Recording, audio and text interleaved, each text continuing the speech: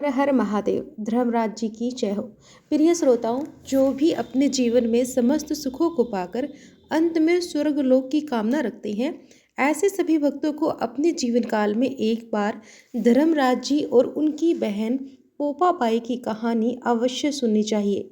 तो आज की इस वीडियो में हम आपके लिए धर्मराज जी और उनकी बहन पोपा बाई की कहानी लेकर आए हैं और आज से 1 वर्ष तक आपको नियमित इस कहानी को अवश्य ही सुनना चाहिए। एक बार गुणवती नाम की एक ब्राह्मणी थी। वह प्रत्येक दिन नियम से पूजा पाठ और दान पुण्य किया करती थी। सभी देवी देवताओं का पूजन करती और आए हुए अतिथि का भी यथाविधि स्वागत सत्कार किया करती थी। पूरे गांव भर में उसका बहुत सम्मान था। उसके घर में 4 बेटे, बहू और अनेक पुत्र थे।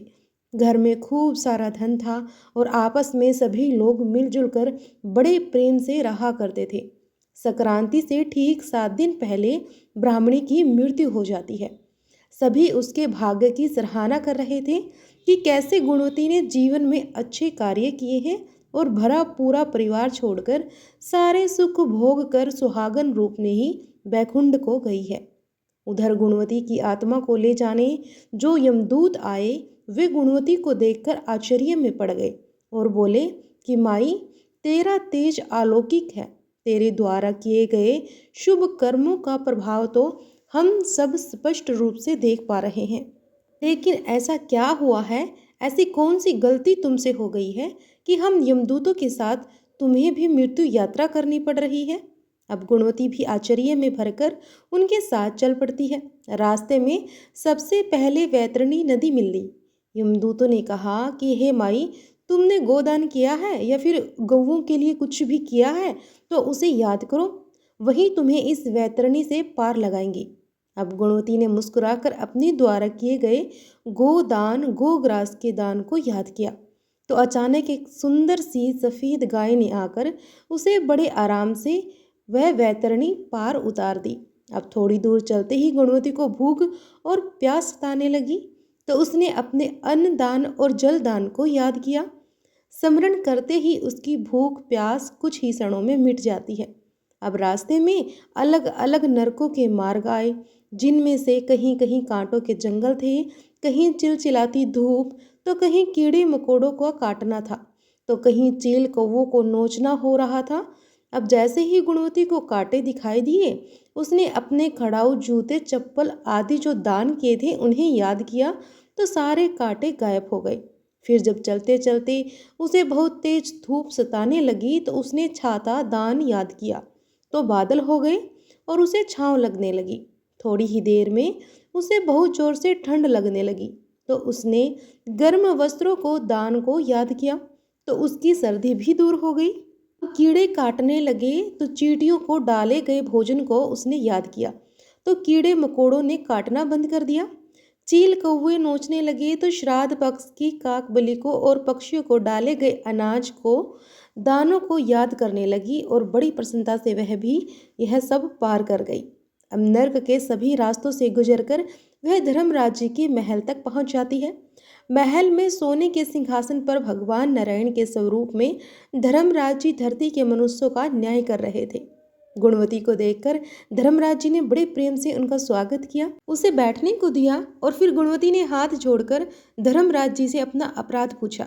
तो गुणवती ने कहा, हे धर्मराज जी, मैंने ऐसा कौन सा अपराध किया है। तब धर्मराज जी ने कहा कि गुणवती, तुम तो अत्यंत पुण्य आत्मा स्त्री हो।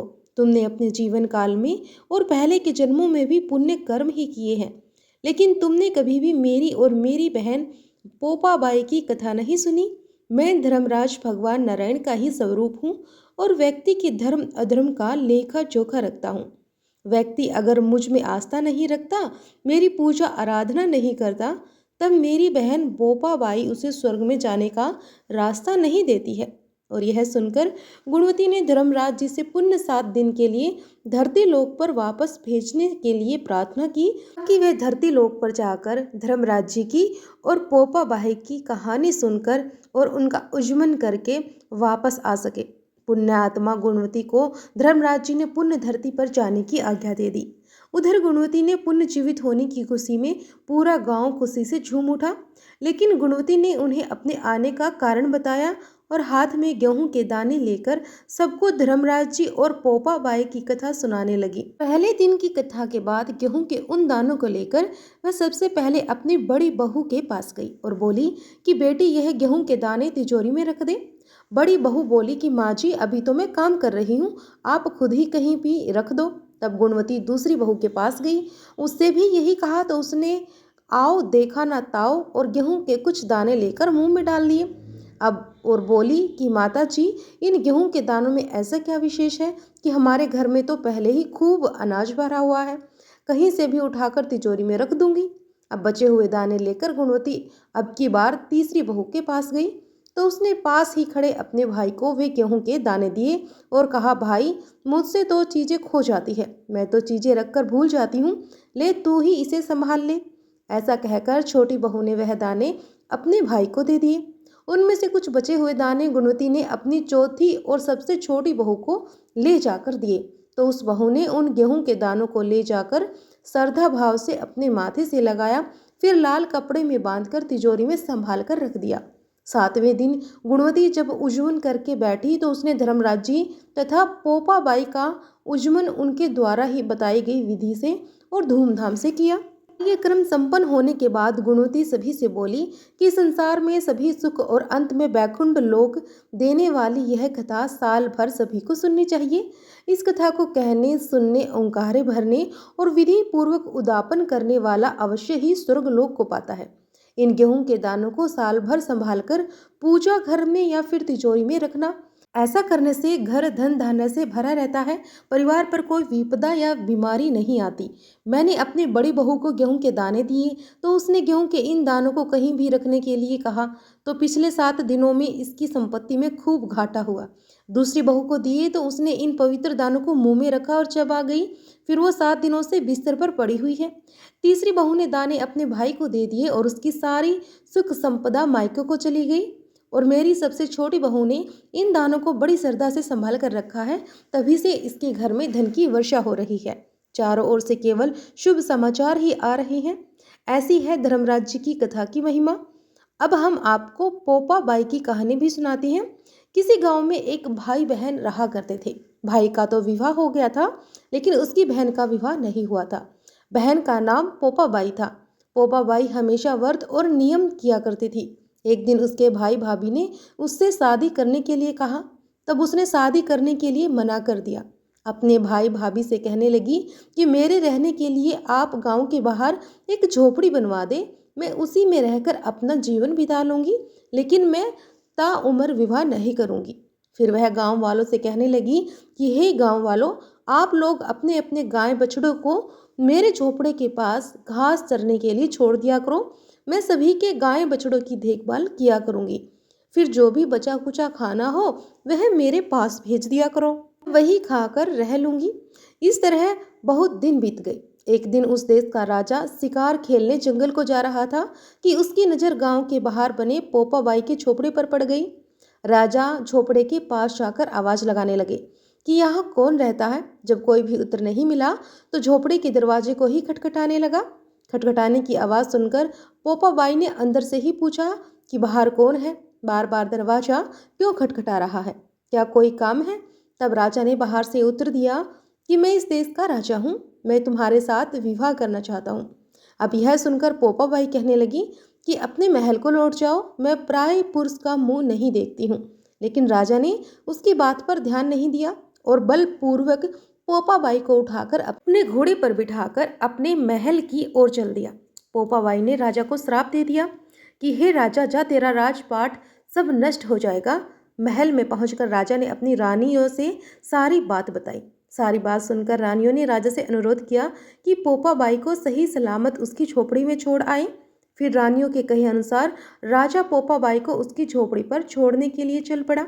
अब रास्ते में पाप की नदी आई जिसमें राजा डूब गया। पोपा बाई मृत्यु के बाद धर्मराज जी के दरबार में पहुंची। वहां धर्मराज जी ने पोपा बाई को स्वर्ग का राज दिया। किसी गांव के एक सेठ सेठानी की मृत्यु हुई थी, तो वे दोनों भी मृत्यु लोक से स्वर्ग लोक को आए, लेकिन स्वर्ग का दरवाजा बंद पड़ा था। उन दोनों ने धर्मराज जी से स्वर्ग का द्वार खोलने के लिए विनती की। तब धर्मराज जी कहने लगे कि इस द्वार पर तो पोपा बाई का राज है। अब सेठ सेठानी कहने लगे कि हम पोपा बाई को नहीं जानते। तब धर्मराज जी ने कहा कि मैं तुम दोनों को 7 दिन के लिए मृत्यु लोक अर्थात धरती लोक पर भेजता हूँ। वहां जाकर 8 खोपरा से राई भरकर 5 कपड़ा ऊपर रखकर कहानी सुनना, उद्यापन करना, इस प्रकार कहना, राज है पोपा बाई का, लेखा लेगी राई राई का, बोलो पोपा बाई की जय हो। ऐसे मान्यता है कि पोपा बाई मनुष्य के सभी छोटे से छोटे कर्मों का भी ध्यान रखती है, और जो भी इस कथा को सुनता है, कहता है, ओंकारे भरता है या दूसरों को सुनाता है, पोपा बाई उनके सभी अपराध क्षमा करके उन्हें भी स्वर्ग लोक में प्रवेश देती है। इन दोनों ही कथाओं का शुभ आरंभ मकर संक्रांति, बसंत पंचमी या फिर किसी भी शुभ दिन से की जा सकती है, और उसके बाद से लगातार यह कथा 1 वर्ष तक सुनी जाती है। यदि साल भर ना सुन सके तो 6 महीने, 6 महीने ना सुन सके तो 1.25 महीने, और 1.25 महीने भी ना सुन सके तो केवल 7 दिन, और 7 दिन भी ना सुन सके तो 1 ही दिन अवश्य जरूर सुने और सुनकर उज्जमन कर दे। कथा प्रारंभ करने के लिए हाथ में गेहूं के दाने लेकर धर्मराज जी और पोपा बाई को मन ही मन प्रणाम करके फिर कथा सुने। पहले दिन लिए गए गेहूं के दानों को लाल कपड़े में बांधकर तिजोरी में या मंदिर में संभाल कर रख दे। जितने समय तक यह गेहूं के दाने कपड़े में बंधे हुए किसी पवित्र जगह पर रखे रहते हैं, तब तक घर पर किसी भी प्रकार की विपदा नहीं आती। घर में सुख समृद्धि और धन धान्य में वृद्धि होती है। इसीलिए कम से कम साल भर तक इस कथा को सुना जाता है। फिर गेहूं के दानों को घर में रखा जाता है। फिर नित्य नियम से यह कथा सुनी जाती है। उद्यापन में किसी ब्राह्मण को वस्त्र, कंबल, छाता, टॉर्च, चप्पल या धातु की धर्मराज जी की प्रतिमा, सोने का सूरज, चांदी की चंद्रमा, चांदी की नाव, चांदी की सीढ़ी, तांबे का लोटा दान में दिया जाता है, या फिर भोजन कराकर और भोजन के साथ में भेंट या दान दक्षिणा दिए। जितनी सामर्थ्य हो उतना उसको दान करना चाहिए। अगर कोई ब्राह्मण ना मिले तो किसी भी मंदिर में यह सामग्री धर्मराज भगवान जी के निमित्त करके भी दान में दी जा सकती है। और पोपा बाई की कथा का शुभ आरंभ हाथ में राई के दाने लेकर किया जाता है, और उज्जमन में 4 सूखे नारियल, जिन्हें खोपरा या गोला भी कहते हैं, उनको 2 टुकड़ों में इस प्रकार से तोड़े कि उसके 8 हिस्से बन जाए। इन 8 टुकड़ों को आप सुहागिनों को या फिर किसी भी मंदिर में दे दें। सुहागिनों को देते समय सुहाग की सामग्री भी भेंट स्वरूप में जरूर दे। भगवान से कुछ भी छुपा नहीं है, और भगवान सबकी सामर्थ्य भी जानते हैं। अगर आपकी सामर्थ्य है तो आप उज्जमन को बहुत अच्छी तरीके से और ज़्यादा चीज़ों के साथ भी कर सकते हैं। जिनकी सामर्थ्य नहीं है वे केवल मानसिक रूप से वस्तुओं का ध्यान करके भी उज्जमन कर सकते हैं। इस प्रकार से आप सभी ने इस कथा को सुना है, और यदि आपकी श्रद्धा हो तो आज से ही धर्मराज जी और पोपा बाई की कथा सुनने का नियम उठा सकते हैं। तो सभी प्रेम से बोलिए, धर्मराज जी की जय हो, पोपा बाई की जय हो। हर हर महादेव। कमेंट बॉक्स में जरूर लिखिएगा आपको यह कथा कैसी लगी। अगर अच्छी लगी हो तो कमेंट और शेयर अवश्य करें। हर हर महादेव।